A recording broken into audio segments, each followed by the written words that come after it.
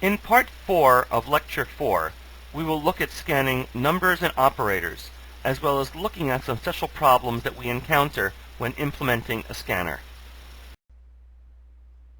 Scanning for numeric literals is a little different.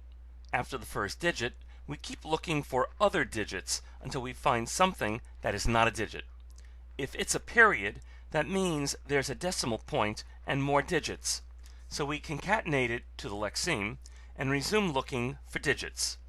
If it is the letter E, we look for the exponent, which may include a plus or minus sign. And the token will be the same for all numbers, which most likely is literal.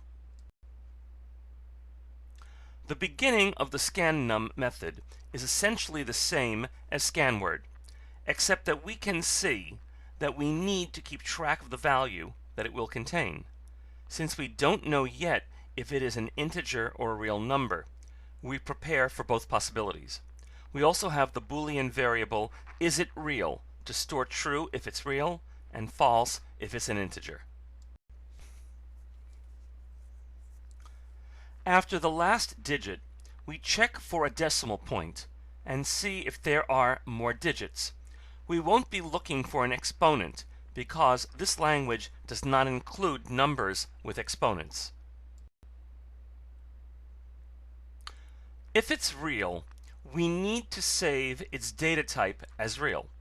We also indicate that the semantic type is literal and that it's a constant.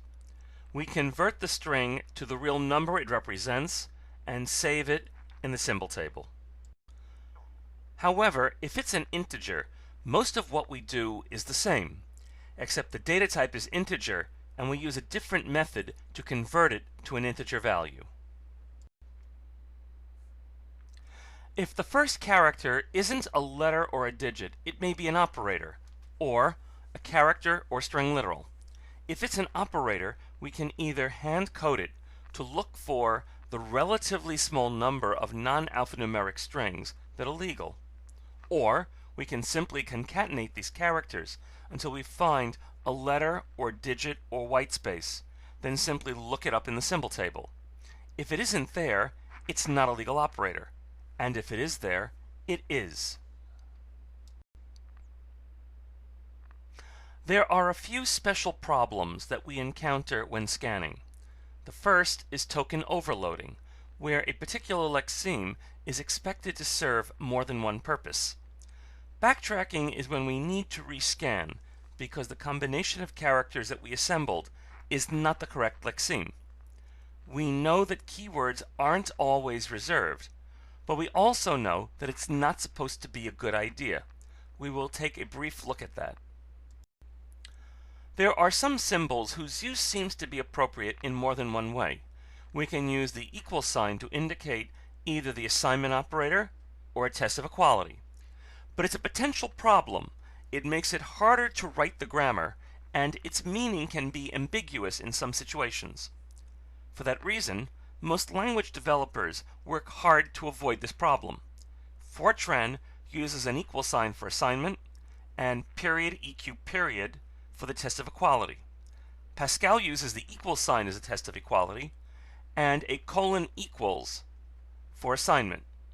And C, C++, and C#, and Java use the equal sign for assignment and the double equal sign for the test of equality. There are several situations where we may wish to group several lexemes and have them all represented by the same token. But if one or more of these is overloaded, separating it out and giving it a token of its own may be necessary.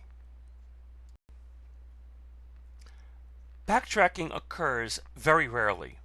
In those rare cases, it may be necessary for the compiler to go back and rescan part of the text. The best known example of this is the do statement in Fortran. Since Fortran ignores most blanks, it originally assumes that we are reading an assignment statement and that we are giving a value to the variable do101i.